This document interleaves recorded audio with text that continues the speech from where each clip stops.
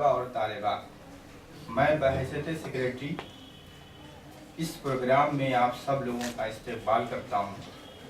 بڑی خوشی کی بات ہے کہ ہمارے درمیان فکشن کے بلند و بالا شخصیت قاضی عبدالستار صاحب موجود ہیں، جو آج اس پروگرام کی صدارت فرمائیں گے۔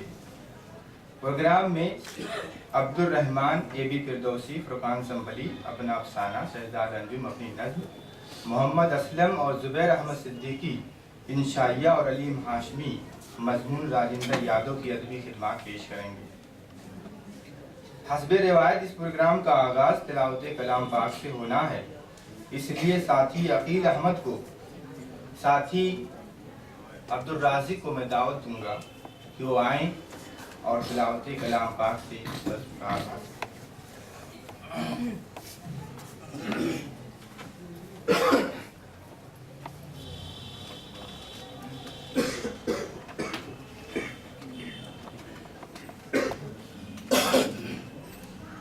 أعوذ بالله من الشيطان الرجيم.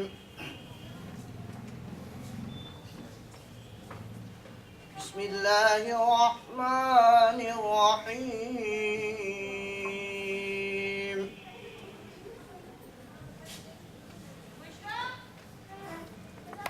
أقم الصلاة لدلوك الشمس إلى غسق الليل وقرآن الفجر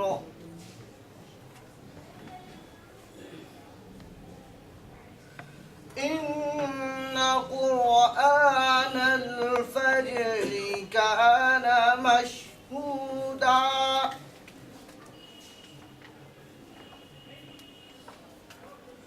ومن الليل فتهجد به نافلة لك عسى أن يبعثك ربك مقاما محمودا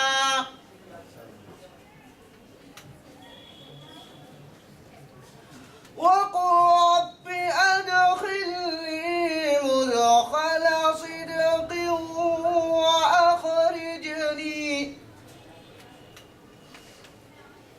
وأخرجني مخرج صدق واجعل لي من لدنك سلطانا نصيرا وقل جاء الحق وزهق الباطل إن الباطل كان زهوقا